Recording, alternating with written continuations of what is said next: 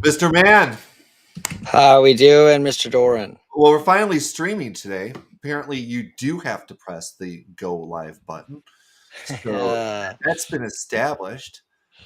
And I think a great point to anybody that even if you've been doing one job forever and you start to do something new, you're going to make mistakes, and that's okay. So I appreciate you joining us for a very special Wednesday edition of Talent Grind Live. And so, generally, I think we want to be talking about the LinkedIn AI report. However, Alex threw he did a little iteration and what's the word I'm looking for from football? Like he called an Uh, audible. He called an call, audible and sent a copy to an article from the BBC that says half of all knowledge workers are using personal AI tools. And so I I thought, think, yeah, yeah, I like think generally we just want to talk about the LinkedIn report and how AI is intersecting the recruiting marketplace, and then just generally, knowledge workers in general. yeah, let's dive right into the LinkedIn report. I think because I think there is a lot of data there that is actually quite fascinating. I think that I think for an audience that would be listening to this, I think would genuinely take away oh, okay, if I'm not doing AI, A, I'm not alone, and B, there's so much more for me to do. There's a lot of work to do, but I think there's just an absolute ton of upside. I'm just going to throw a piece of data in here, Michael, Yep. that I thought was really cool from that LinkedIn. I'm going to put it in the notes afterwards, or whichever. But it's talent acquisition professionals using generative AI reported 20% reduction in workload on average. And I mean, let's just like leave that hang for a second. For those that are using AI, clearly they're like, it's such a time saver. For those that are not, like, imagine getting a one whole day a week back Hmm. just from implementing AI tools. This has always been the way with technology. Very early on, I started using a scheduler way before Calendly became a thing. And I found people receptive to using it, and it brought 40% of this back and forth time that I'd spent. When are you available? What about this day? What about this day? Sometimes it would be 6 to 8 emails just to get one calendar set, whereas I could send a link and it would be done in a second. And so I think it's iterating upon that progress we're seeing with Yeah. technology. But now, I mean, the thing I think people need to understand about AI is comparison to other technology, where in the past you kind of had to figure out the settings, you had to figure out the best way of using it. AI has never been easy. You can actually just go to an AI and say, teach me how I can be really good at using you, and it will teach you. Yeah, like, I mean, that's literally, I mean, I use it that way for prompts. It's like, help me write a better prompt for what I'm trying to do and what I need. And I mean, like, ChatGPT is such a gateway, like when we think about like AI tools, automation, workflows, all the kind of things. I mean, my barrier or like my sort of bar for like having a conversation with people about AI is like, what's your familiarity with even using ChatGPT? Because if you're like more than novice at it, conceptually, I think the rest of AI will kind of start making sense to you because you'll start thinking, where can I plug this in? Where can I figure out where this kind of sits in my own workflow that I can find these sort of optimizations to get that 20% reduction in workload? Yeah, from that report, it said AI is transforming recruiting by automating routine tasks. 70% of TA pros agree. And for me, that's not a bad thing, right? And so ultimately, the system I'm trying to build is right now, I feel like we live in a world where information workers are spending 80% of their time sourcing talent or prospecting clients, verifying email addresses if you're good. Uh, and you care about your company's bounce rate, crafting personalized message. And we spend 20% of our times actually having meetings with people, maybe more if you're really good. But I mean, I think it should be inverse. We should be spending 80 to 90% of our time building relationships and only 10 to 20% of our time actually doing that nitty gritty work. And I think that's where AI is going to take us. Oh man, I'm so glad you said that because I think that's the thing that I think has people worried when it comes to something like AI, Yeah. where I use this example a lot, obviously, like, but I was on a sales call before where somebody said to me, we have an intake of new recruiters coming and we want them to quote unquote work. Yeah. And if for those listening, like, I mean, Ellie sells like a note taking and summarizer for recruiters. So, like, we would cover the note taking part. And obviously, if taking notes takes 15 to 20 minutes after a call to get them locked down, you get them back in 60 seconds. Well, obviously, you're getting an enormous amount of time back. But there are people that, like, when they don't have like their AI sort of head turned on or they haven't seen sort of the upside of what AI can do, like, of course, you're going to be like, "Oh, this is the exact job spec that exists today," which has always existed. But, like, things change, and that, like, smuggling AI article, which we'll also speak about, I was so happy I read that because I was like, "That has to be true." It There's no does. 'cause I sit on calls all the time with people, and I have no doubt in my mind that their younger employees are using ChatGPT to write job descriptions, to write debriefs, bringing like fireflies or an otter or any of these sort of like typical free AI recorders, bring them on calls. Like, why wouldn't you? You know what I mean? Like, as in, like, what's the downside? you Yeah. know like, I mean, if anything, it's giving them an edge today. And I'm like, I'm here for people to do that. I just think that companies should just be like more open-minded about it, because ultimately these trends aren't going to go away. It reminds me of like setting up a Facebook page in 2009 for your business where people thought that was kind of like juvenile, and obviously that Facebook has become like the biggest advertiser in the world now. Yeah, absolutely. I've been thinking about that statement because from our shadow live cast that never went out. When you said about the client saying we want people to work, I've got a response for you.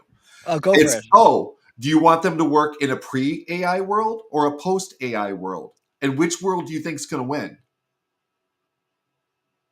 You can't have them work into a pre-AI world standard anymore. Totally. I mean, but like, why would you? Like, if you were like, surely if you were like a recruiter now and I think everybody should ask about AI process protocol in every interview, no matter what, like to get a feel for like what Yeah. that business is like. Cause I mean, obviously, if like we don't have any AI in this business, you'd be like, yeah, maybe that's not really the company for me. But like, No AI on Microsoft Teams, right? yeah, The winning like there are, combination. but like it's true. Like, I mean, like if somebody they're just gonna do it anyway. So you might as well try and have control over it. And it's like this is like I always like to describe this as like we're talking about a sliver of your entire workflow. When we talk about something like AI call recording, like that's like you think about the sourcing, the vetting, the scheduling, the interviewing, The the uh, assessment, the debrief, everything. Yeah. yeah, the whole life cycle of It's a this. Like sliver. It's a sliver of the ecosystem of what's needed. sliver. And I'm like, fix your sliver. Isn't that what they say? Isn't that like the football coach mantra, marginal gains? Like, Yeah. where can you get like an efficiency gain somewhere? Now, what's a quick win? Like, this would be something that would get you a quick win. Like, if you think about sourcing, which is like probably the hardest part of your job, which is sourcing good quality candidates, Yep. that there is an area to really think about when it comes to like sort of an AI strategy. Because it's really, I think, and as the non-recruiter, so I'm curious your take on this. If I was to think about like sourcing, okay, I think of it like with my sales hat on, that kind of thing. I need to find the right customers. So there's obviously databases. In your case, it's databases like LinkedIn. But if you think about it, like that's really the platform. But what is the AI? What's the role of AI in that section? It's not really the communication per se. It's like the process of communication. How like ingesting sort of like applications. What are you going to do to triage those applications?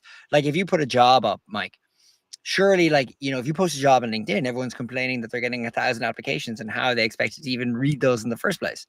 So there's probably like areas within sourcing, I imagine, that are like, okay, we need to like not slap a band-aid on it, but rethink from the ground up how AI can help you with, say, your sourcing, your vetting in that little section of your It's life not cycle. about sourcing and yeah, it's about why you're doing it, I think. Say more. So I think we got access to OpenAI in 2022, and we started using it in a sandbox. We built like some type of Google sandbox. We built some Python scripts. We started using, I guess, GPT 2.0, I think, for personalization for recruiting outreach. And we saw pretty quickly that the minute that they released Chat GPT, like publicly, like they did, everybody would just be racing to incorporate it into their products. So we start thinking about it just a little bit differently, in terms of, I think we're living in a structure right now where everybody's scrambling to build relationships, but do they really? I see a new structure emerging, which is kind of like what my services company provides with our platform. We do all of our outreach as our clients and their executives, right? So we're building their relationship with the talent pool. And I can see a new model of where a senior recruiter is supporting an executive or an organization.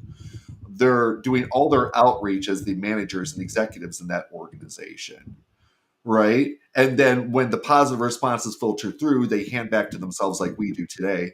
And then they build a relationship with the candidate, bringing them into the recruiting process, and then bringing them up if they meet the standards that are needed. And so I think what you're going to see is you're going to have early level people who are doing all the core sourcing, doing outreach as the executives. The people who will be building the relationships will be the executives and the recruiters, not necessarily the core people until they move up into the recruiter role and then have people supporting them. Right? Because like right now, you got to have a bunch of like early level recruiters or you have sourcers who are reaching out as themselves. Why? It doesn't add anything. It doesn't help get a signal through the noise. People don't want to hear from some low level person. They want to hear from the executive or the hiring manager that they're going to, I know this for a fact. We've been doing this for 5 years. They want to hear from the person that they're going to report to. Right. And if you do outreach as the person they're going to report to, even when they turn your business off, if you did all that outreach through their Yeah. domain, you have all those emails out in the world. And then like 6, 9, 12 months down the road, there's a layoff. A new boss comes in, something happens, they didn't get the promotion, people just start looking. They will always go for the low hanging fruit. Who's been trying to recruit me? Oh, well, this VP of engineering at Twitch sent me an email, which was really just sent by a team supporting them. Yeah. I respond back to that VP, opportunistic hire. Well, I was interested in her 6 months ago. We probably have demand on my team still, right? Like I could bring one more engineer in. So this to me is the new model of corporate recruiting that we should be aspiring to. And then you still have the early level people who see the guts of the machine and how Yeah. it works and how the quality of your input results in the quantity of the output that you have coming back to you, Which right? is interesting because what you're saying there just sounds to me like really good inbox management. you know, It's just a whole philosophy about yeah, how you it's a whole philosophy about how you source and reach out to people, right? Like because I was at a client and they took my methods and they sent them to the Philippines and they spammed and sprayed everybody in Silicon Valley, and they went from being from like this really hot startup that was kind of like a who's who to just like, oh yeah, those guys emailed me.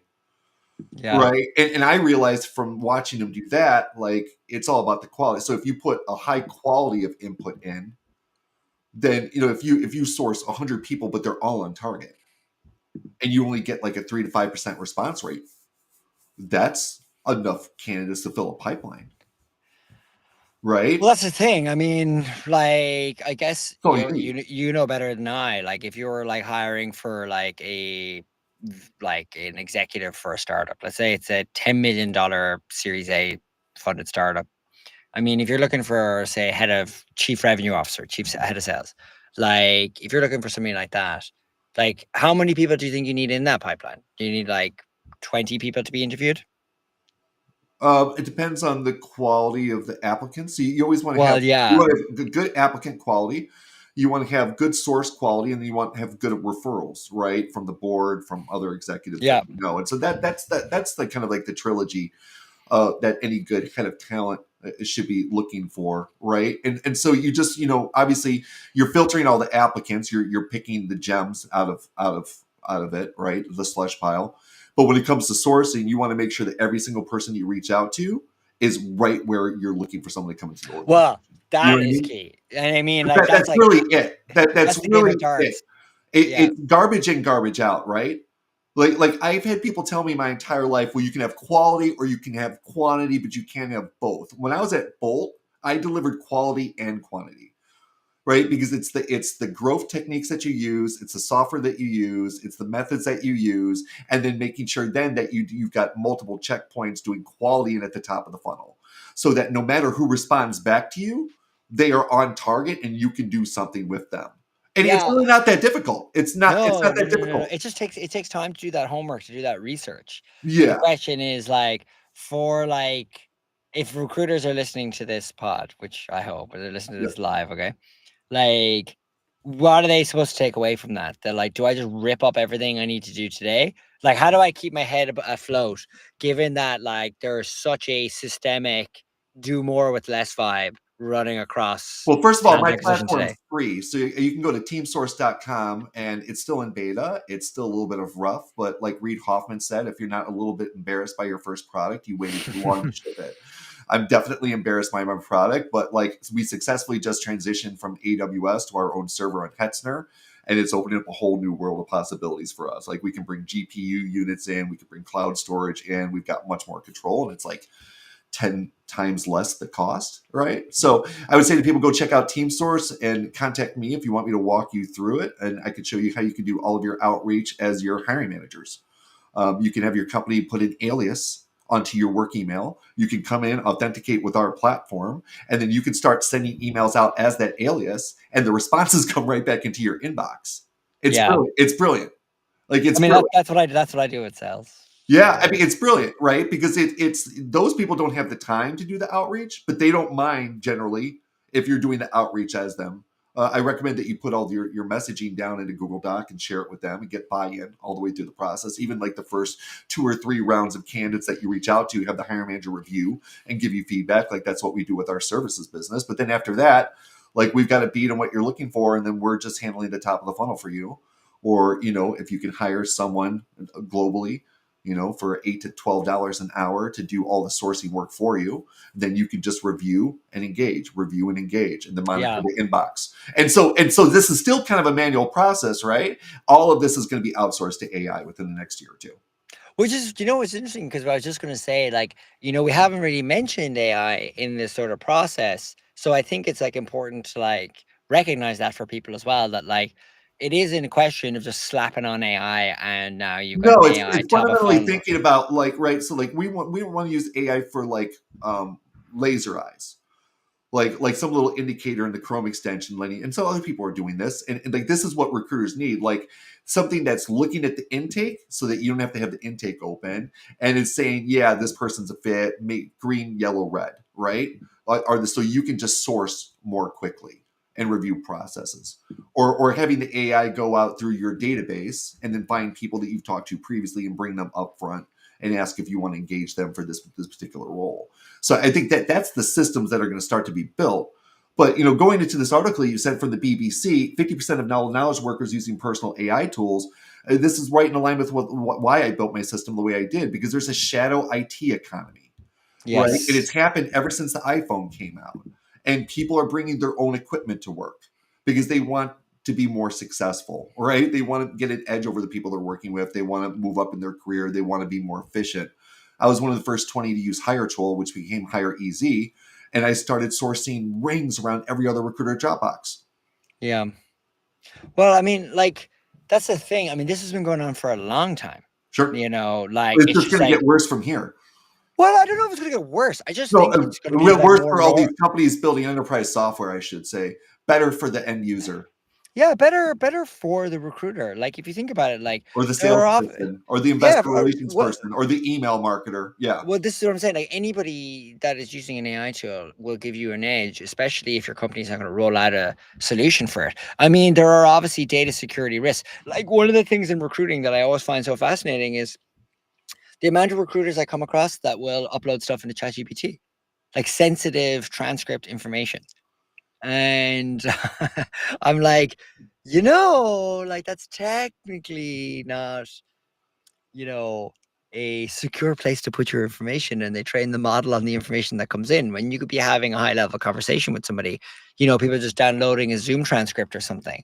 I find that very fascinating. But like, if you get past it, like you talk about like say your email aliases and AI automation and stuff like that. I mean, my God, like I think about this all the time. Like I have a system that will ingest a lead that comes into the website. It will then basically run through a different table on a tool I call Clay, and it will basically say, is this person a recruiter? Yes, no. Are they a recruiter? Okay, great. Then pipe them into this little campaign over here. Okay, this is on their LinkedIn. This is on their Twitter. This is latest press releases about this person in the last 12 months. Do we want to acknowledge it? Are they regular posters on LinkedIn? If they are regular posters, then acknowledge like the little post, and away you go. And then you'll get a message from me that's timely, but also like there's research done there. You know what I mean? And it's like, look, whether or not like one feels like, oh, that's so impersonal that like, oh, you didn't actually send me that email. I'm like, no, but I built a system so that I can react to your interest. Like, Yeah, I no don't know if one, it's impersonal as much as it's yeah, enabling to me. is I which think to the you? point should be to enable 100 to 1,000 times the opportunity that people have today. Thank you. Yes. Like if somebody is displaying intent or interest, don't you want to be able to like capture that and offer value back to them? It's the same for sales as it is for recruiting. Like Yeah, if somebody comes to a job page, like if somebody goes onto your greenhouse page on your website, like they're not there for like shits and giggles. Do you know what I mean? Like somebody's there because they're interested, they're doing research. So yeah, they're either in the middle of the funnel or they're at the very bottom. Like I need a job right now, or I'm currently looking, I'm interested in opportunities. They're right. the two kinds of people that you're kind of communicating with. So like how do you build a system to respond to one of those two choices? Yeah, and so I mean that sales system would be remarkable for recruiting as well, right? Yeah. Sales is the tip of the spear, right? Because sales is much more difficult than recruiting. Let's just be clear here, everybody. Getting people to give you Well, getting people to give you their money is a lot more difficult than recruiting. And I was a recruiter Um, for over 25 years, and I've tried to do sales, and sales is really, really difficult. It's really difficult to distinguish it yourself, to differentiate yourself, you know? I would agree with you, but I think like, it's like you want to put like the marketing kind of diktat, is put the right message in front of the right person at the right time. Yeah, and it's been very hard to do that for years, especially with digital, where it's impossible to know what device somebody's on or where what really anything about them. So like being able to be smarter with your data, to be able to unmask people, to be able to put the right message in front of the right person at the right time. I'm like, I'm all here for it. And I think like when I think about like your gig as a recruiter, I'm like, yeah, like AI will be able to unlock a lot of these kinds of automations that you otherwise would have to kind of do manually and really kind of struggle with. Do you know what I mean? And it's like that for me, I think is like the big sort of crest of the wave that I think just the industry as a whole is kind of finding itself in right now is like I always laugh like, I have people reach out to me that just type in AI plus recruiting. Mm. They don't really know what they're looking for. They just know because they went to a conference because there's a lot of people that just don't know much about AI beyond ChatGPT. And AI It's isn't because it's some so like, early. It's going to be built yeah, in. It's going to be built into but tools, right? but that's what I mean. Like we're on the crest, you know what I mean? But I Yeah. think that's an opportunity for recruiters as well. Well, Gary Vee Like would say that this is an arbitrage opportunity, right? 1,000%. Like, if we go back to that point, there's like 20% reduction in workload on average. That's an entire day Yeah. How for can you get recruiters. 60? Yeah, like, like if you think about that, that's wild. And like you said earlier, that like 90% of the job is about relationships. Like, okay, well, like if you're able to get more time back to build better relationships, I mean, Yeah. it's an enormous edge Couldn't for you, Alex, anybody. couldn't you see a world where everyone's AI agents are building relationships with other AI agents simultaneously, and all you need to do with them is query, oh, I have this need, and they will be able to give you a real-time update on who is available to help you fulfill that need? What's wrong with that? No, it'd be amazing. Yeah, Like, like I believe that's what we're working to. And if you live in a world like that, I don't believe in zero sum. I believe that the rising tide lifts all boats, right? I think it's just going to enable so much more opportunity. Because, right, like even up until this point, if you're not technical and you have an app idea, you're limited by who you can convince to help you build that app. yeah. Those days are leaving. This article says right here this engineer wants to work with Cursor and his company's making him work with Copilot, right? like what does it matter, like you should let them bring their own tools in. I understand the IT security, but APIs are getting more and more robust. Is it really like I'm Yeah. literally going in through this process with a strategic partner of a very large aviation company, and because we've got Microsoft single sign-on, their IT department's basically like, okay, cool. Like it's been unbelievable. I'm like, so you don't have to do a whole bunch of security audits of me and have me answer like multi-page documents and no, just send us send us a walkthrough and some documentation so we know what it looks like. But because we've got I can't remember, SOC it's 2. a Nerva ID or something, like whatever Microsoft's new security thing is. Like we've got that certification, it removes all their hesitation. So now I'm just trying to talk them into giving the aliases to the recruiter so we can send out as the hiring managers instead of him. Because that will take us from like a 60% throughput to like a 90% throughput. So do you think is this like a common thing to like message as the hiring manager, or is this like kind of like People were super resistant to it. like a hack for you? It's been a hack for me for the last 5 years. People were Yeah. super resistant to it in the last 5 years. Within the last 2 years, every executive was like, yeah, that's fine. Yeah, like I would imagine. I But they mean, understand it's a war for talent. well, that's exactly it. I mean, like there will be studies, if not started already, about what has happened in talent in the last like 5 years since COVID, in terms of the extraordinary overhiring and the extraordinary layoffs that are called like performance layoffs. Also, by the way, which could be its own episode, calling layoffs like performance Don't layoffs. get Like me they're started on that. like I mean, that is Like, we got stunning. another 24 minutes here, and we got a lot of things we can talk about, but if I start talking about that, it'll be an hour. Yeah. Stunning cognitive dissonance by everybody. It's like, what planet are we living on? I No, guess but just the TLDR on that is that those companies, Meta, who are hiring people, keeping them from 8 to 16 months and then laying them off over and over and over again, that will come back to haunt you one day. I mean, I don't know how it can engender a real positive culture. Do you Like, feel how, do you feel happy when someone announces they got a job on Meta on LinkedIn, or do you feel a little bit of pity for them? I do. well, I'm sure I don't even. I'm sure the wedge. I'm sure the wedge is fine. That's my spicy take, right? You got But a job at Meta. You got a job at Meta. I'm sorry. I You know, mean, I guess try to push through it and see if something else comes along, like a startup that values you and will give you I psychological mean, safety. I would stress that startups are equally as egregious in this regard. You know what I mean? I The think like stupid ones are. I think but I think there's like a cultural shift now, in a way. It's coming if it's not here. Yeah, like Gen Z's not dealing with this. totally. Well, I mean, like they're new here. You know, like Like I have Gen Z. They're not into it. I was like do you talking to my remember? son about fraternities the other day. I had a Yeah, very negative fraternity experience.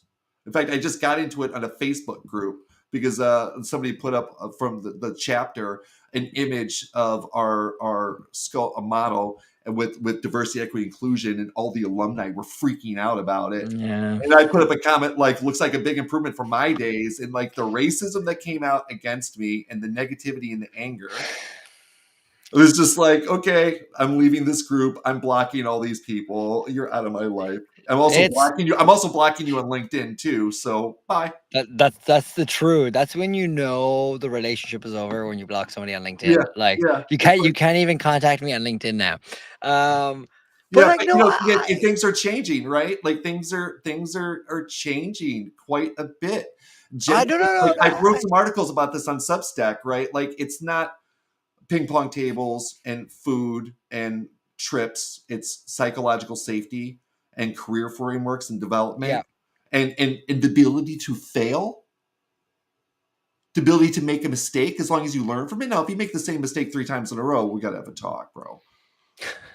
But I mean, if you make a mistake, I mean, my co-founder has failed in so many projects. I'm sure he'd And I'm love you like, saying well, that. what did you learn from it?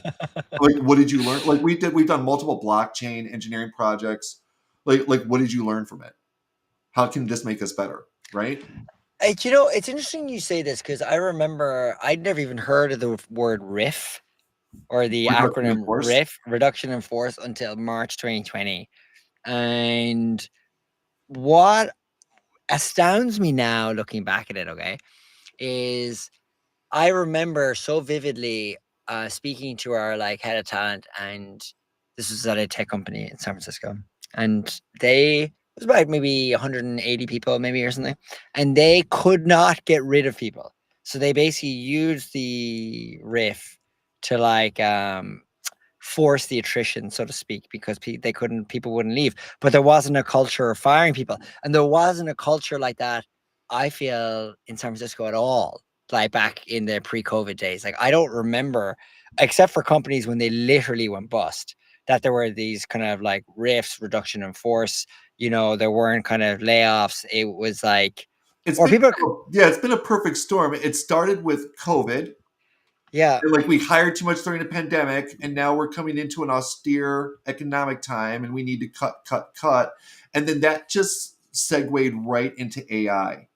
And they're like, well, we're Yeah. already cutting. Let's augment everybody with AI, and let's just cut until people are screaming that they need help, and Do you then think we'll start hiring again. Do you think it's because it's like we've become remote, so it's become almost like remorseless? Like you don't have Yeah, a quote unquote like physical relationship with somebody, you know, like you have a virtual relationship with somebody as a colleague, I should say rather. And doing this in person is not the same as doing it over Zoom or yeah, sending an email. You know what I mean? Like, I mean, I'm not sure you even did you listen to the New York Times daily podcast today? And I they did had not. all the it's all about the government layoffs. And they Mm. had all these different people on about like, I received an email at 7:05 p.m. and it was like about my performance. And it's like, the cynicism and the cynic, like how cynical firing has gotten now.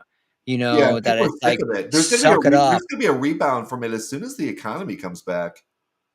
But is the economy here? I think it's slowly coming back. Yeah, you know what I mean? Like this is the odd thing, It's you slowly know. coming back. It's better this year than it was last year. Yeah, I mean, I was reading, and I would have to like honestly double check my source on this, but like in since I saw something on Twitter that it's like, Series A kind of investment is kind of like not happening. So it's like, and there's so many sort of like zombie Series B, C companies that were all funded in 2020, 2021 that basically can't grow anymore, and then they're kind of on life support now. So like that's a lot of like startups. That's Oh, a lot there's of gonna be some companies as market well. adjustments. If you're not Yeah. following Sam Lesson from Slow Ventures, I definitely recommend you sign up for his newsletter. He sends out a weekly one. He's been saying it forever. AI is wrecking VC. They built a basically a factory system where everybody was making money all the way through it, and now AI is just going to wreck it. And AI is going to wreck all these SaaS companies that have been raising money for the last 10 years. Well, I think, It's a race to the bottom now. I mean, I you've got to differentiate, right? yeah, And you essentially, just if you're a feature and not a platform, you better figure out how you become a platform. yeah, I mean, at the end of the day, I mean, look, this all of this chat reminds me of the AI sort of obsession this like past 2 years or whatever. Reminds me of when apps were a thing. Like there was a time when the iPhone ad was literally them showing a race car app to show that the phone could move left to right. How basic is that? Yep. Do you know what I mean? Like in the sense that now obviously the ads are ludicrous, but like in the sense that like apps were a thing then, there's an app for that was like the line, and it was like, oh, HSBC, you guys don't have an app, you guys are dead. You know what I mean? It's like whatever, man. You know what I mean? I think it'll be the same with something AI. Like, of course we're seeing an extraordinary amount of like venture capital being pumped into AI. And that does look kind of, I guess, scary in one sense and also kind of cool on the other. But all this stuff like even out. Is it I did AI? Is it a wrapper around a large yeah, LLM? like I Like, think we'll find out there'll be a wash. Obviously, I I don't think think a there's lot going of investments betting on teams, like not like necessarily even the product. If the product and idea are okay, but the team seems very strong, like they'll get investment. I think so too. I think, but that was the same with apps. That was the same with like social media companies. It was like you back the founder, which is also a good trend.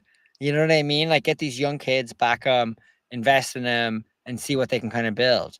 I don't think AI is going to wreck everything. You know what I mean? No, It's not like let's unleash Skynet here. Like, and I think that's the important thing for like recruiters as well. Is like it's not going to take their job. You know what I mean? Like it'll the take some human, jobs. It'll take some jobs. yeah, but it But would it like maybe if recruiting will become a little bit more exclusive function well, that's instead of this low barrier to entry profession that it started out as. okay. Being a recruiter will be something that you really earn. Like you earn a job within entering a marketing organization, or you earn a Well, job coming into a sales organization through your sales. I think you're being too hard on recruiting. No, Like, I'm not. I think recruiting is like sales. It rewards people who are really good at it. You know what I mean? Like, as in, like you're comped that way. So it like and No, you're not. like You're not. Look, if you work for an agency, you are. But if you work internally, you're not comped on yeah. your ability. Well, you know what I mean in the sense of like, I think like, recruiting is like has a great low barrier to entry. And I think that's awesome that anybody can like be a bit of a misfit, not really find themselves and find a career in recruiting. Sure. And I think like AI is not going to wipe that away. It's not going to wipe away your God given gift or your graft or your hard work. What it's going to is just get rid of all the mundane bullshit that like Yeah. basically people have to deal with. And it's like you can continue doing that or you can get an edge today because it's not going to replace the way you have a relationship with somebody. You talked about AI agents earlier and like how exciting that is. Like if I had a relationship with you, Michael, in a like recruiter client sort of perspective, okay? Like if we had agents talking to each other and like ironing out when is the right time for us to communicate, like yeah, like as in being able to schedule, make it kind of happen for us to come in at the right time to have the right conversation. I'm like, what is wrong with that? Like that, if anything, that's like the most efficient thing ever. And I think recruiters, when you think about like all the random shit you have to put up with, like ATS is not integrating with things, or like, like there's so many like, but like low hanging fruit here Undeveloped for processes. oh my god, like you could have such an edge. Like I keep using the phrase edge because there's no edge left in marketing. There's literally none. Like if you wanted to do growth marketing now, like it's all on LinkedIn. Like you can just literally watch videos. You know what I mean? And you'll get it. Like there's so much content created, and you don't have to be in the top 0.1%. You just have to be in the top, like in the 1%. There's a lot of room up there. You Yeah. know what I mean? And I think for like in recruiting, it's like that hasn't happened in recruiting yet. So there's just so much opportunity to be in the top Which goes 1%. back to your point that recruiters are only seeing a 20%, Yeah. There's so much more time that they th can th make there's back. there's so much more time, and going back to what we said last week, if we have 10,000 more thousand-person companies as opposed to 1,000 more 100,000-person companies, right? It was my favorite thing you said last week.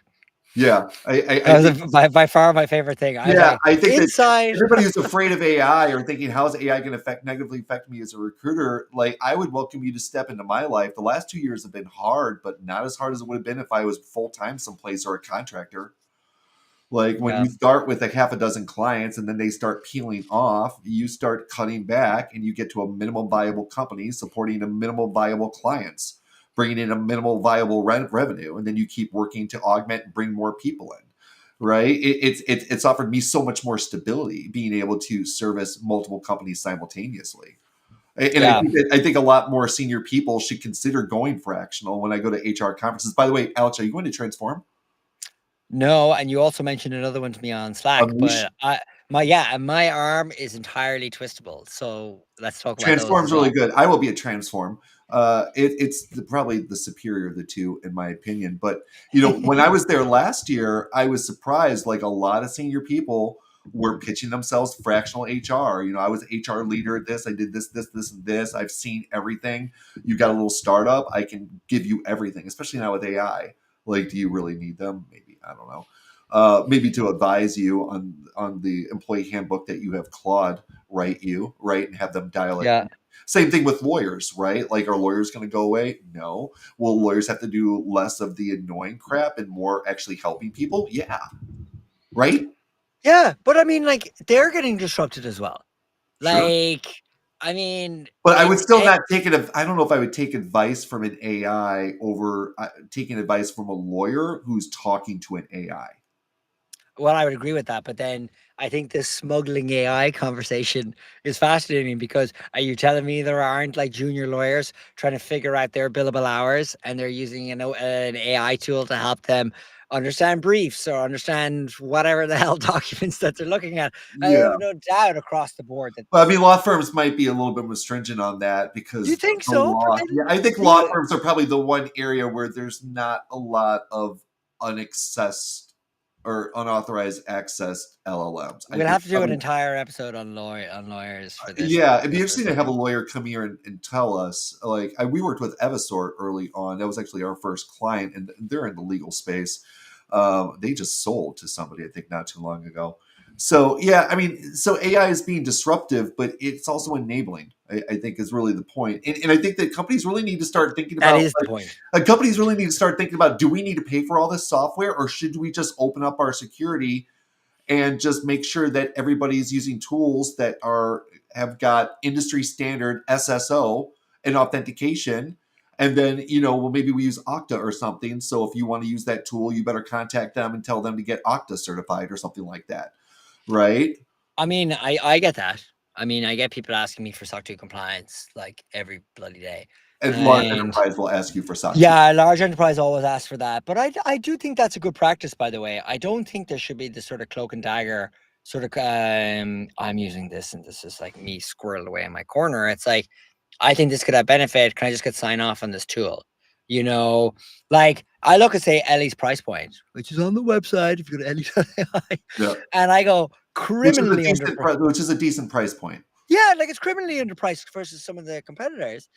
And I'm like, but like this goes back to talent teams not getting doing more with less. Yeah. That even that price point is considered a lot.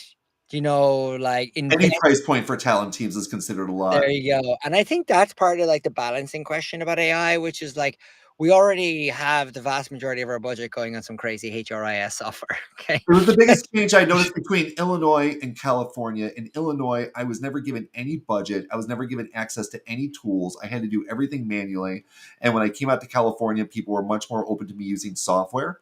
And Yeah. I started to be able to use different software and experiment, and it made me more and more efficient, which is why I'm just firmly convinced that more open source software, people having different systems that they use across their career, people having their own stores of data that can authenticate and integrate with enterprise systems that are developed to authenticate and integrate with that. I believe that's the future. I think that's 10, 15 years from now.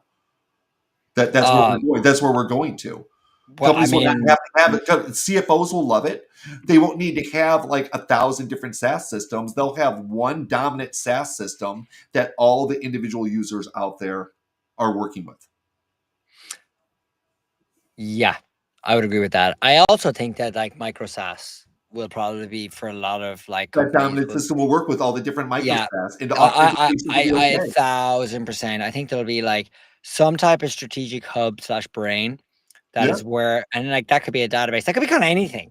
You know what I mean? It could be an ATS in this conversation, or it can be like an actual day. it's your What? CRM, it's your Yeah, or your email CRM, whatever. engine, it's how you're bringing information in, Yeah, it's the AI agent that's going through all of your information, it's the insights that you're able to generate, right? Like if you're better yeah. with technology, you're better at finding software, you're better using that software, you get better results.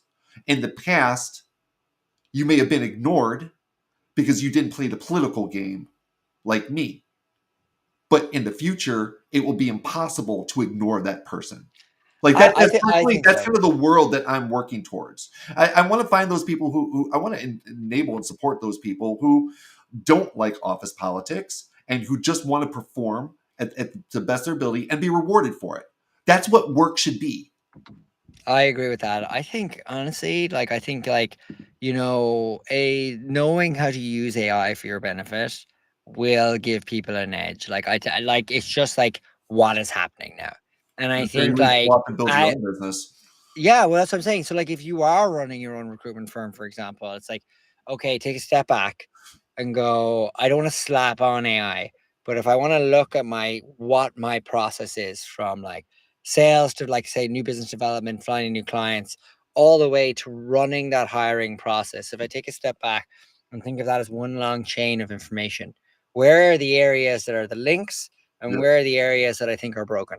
You And what know, and how can you fully automate it? Like I've and already I had automating through that I've had process. a conversation with my co-founder. He's working on automating our sales at N8N right now, and next up will be social media because I want to put one post together with one link or one image, and I want it to go out to Substack and LinkedIn and Facebook and Instagram and X and anywhere else that I want it to go. And I don't want to have to go to each of those. And right now, I'm manually going to each of those and doing stuff. And I want Yeah. one post goes and spreads it to everybody. That's it. That's what we Yeah, have you for wanna the but next week or two. that's awesome, and I definitely like I've got a couple of tools for you for that, by the way, Okay. if you need some recommendations. Yeah, well, we But like building, so we don't like paying for software anymore. We have a server oh, yeah, now. yeah, yeah. So if we can build it with N8N, like we'll build it with N8. And we built the Well, email engine when our platform was down, so we could do outreach with N8N, and it worked reasonably well. Not as well as what we have, but it worked okay. It did that's send fair. all three emails in the sequence on the same day to a few people. That kind of annoyed me. So that Yeah. just shows how early days it is, because 3 years from now Oh, we'll yeah. probably laugh about a tool doing that because it'll And just be think about the speed. 3 years ago, this wasn't even in the conversation, like I said, and 3 now years we're ago, talking about the I saw upending. a tweet from Greg Brockman, and I responded to him and got an email chain with Greg Brockman and got access to ChatGPT, Yeah. right? Like, that's how I had to get access in because I'm essentially in that community, right? Yeah. So where So we're going to be 3 years from now, I mean, you and I will have our own AI agents that will probably be, picking what the show summary title is and what we should talk about and summarize and sending it to us automatically without us even having agreed. to do that, built off of our existing body of work and also what's happening in recruiting news currently. and then we could Which just do a lot more of this type of stuff. I don't know. It'll be totally. And I mean, like this, I mean, even this piece of content that we're making right now, like AI is going to help us disseminate this faster. sure. Like literally understand it faster, break it into all the other bits of content that you see across TikTok Reels, YouTube Shorts, YouTube, your LinkedIn, like all the different size formats, the comments, the commentary that comes with it. Like we'll be creating that, but you bet your bottom dollar that we're using AI to help us do it faster. That's the thing that I think like people think about is like there's an efficiency to this game and Yeah, AI, like if I could get a day back, like for anybody sitting here, okay, like I have a podcast called The Labor Pool, and my former podcast was called Fast Casual, which was talking to people in hospitality talent acquisition. When I started that pod, I didn't know anything about AI tools. I didn't even know how to use video editing tools.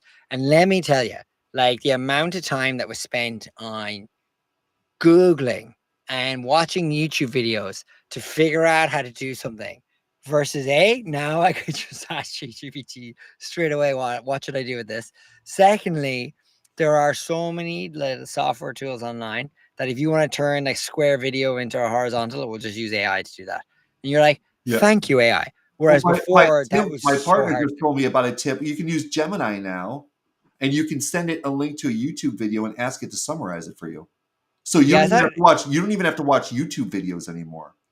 is that called a Google Light Studio? What do they call that again? Not No, it's just Gemini. in Google Gemini with something. It's Gemini with Yeah, because there was a thing I saw that is you can Gemini have with two. advanced something. I think. Yeah, what is the name of it? I actually can't for the life of me remember because I know there's a bunch of kids out here playing with that. But I think like ultimately, like we've had like a good conversation here about like AI and in talent, and I Yeah, think like 2.0 flash thinking experimental with apps, reasoning oh, across YouTube, maps, and search. yeah, it's a shame they just don't advertise that stuff. I have a bone to pick with those guys. Um, but I think honestly, like what the key takeaway here is like anybody can kind of get started. Yeah, Like never you been a can better time. never been a better time. Like you can quote unquote smuggle the AI into your workplace. Like the tools are there. Identify the areas that you're actually like, oh my god, this is anything that you say is a pain in the ass. That's a good place to start. And be like, there's probably an AI tool for that to literally help you. And there's probably an AI tool specifically built for a recruiter, not just as a sort of holistic kind of tool. There might just be specific ones for recruiters. And if paying 20, $40 a month isn't value, if you're getting a day back to do what Mike says is like the most important thing, which is like, building and nurturing your relationships with people, then I don't know what to say to recruiters. Do you know what I mean? Yeah, Because like exactly. if you can get a day back a week to spend more time communicating with them and building relationship, my God, that's such like a value add for $20 a Yeah. month or $40 a The, month, the unlock, whatever. going back to that LinkedIn report, just to kind of summarize and wrapped up, they said that skill-based hiring is gaining momentum. 93% of TA pros emphasize that importance. AI tools enable better quality of hire measurement. 61% believe in this capability. We're on the verge of a whole new world where, there'll be a lot more businesses and there'll be a lot more longevity. This period we've all grown up with where you only work at a company for 1 to 3 years, that may be an anachronism. We may get back to people working for companies for 20 or 30 years again, but it will be with the right company that fits their cultural values, their interests, their passion, and with people that they can feel aligned and passionate with, right? And it'll just transform everything. People will be happier with work. I mean, if there's not a better way to like end an episode than that, I don't know what it Yeah, is, but like, isn't that what you want? Just people who that's the feel goal. So don't be afraid of AI. don't be Embrace AI. afraid. Learn from AI, and It'll join us it'll back augment here you. again next Tuesday. Not Wednesday. We'll be here next Tuesday for our regularly scheduled time. Alex, always a wonderful time to talk with you. It's hard to believe that 56 minutes has gone by. Yeah, I know. Yeah, We could probably do but another hour if we need to, but we will save everybody from doing that. yeah. Thank you all for joining Talent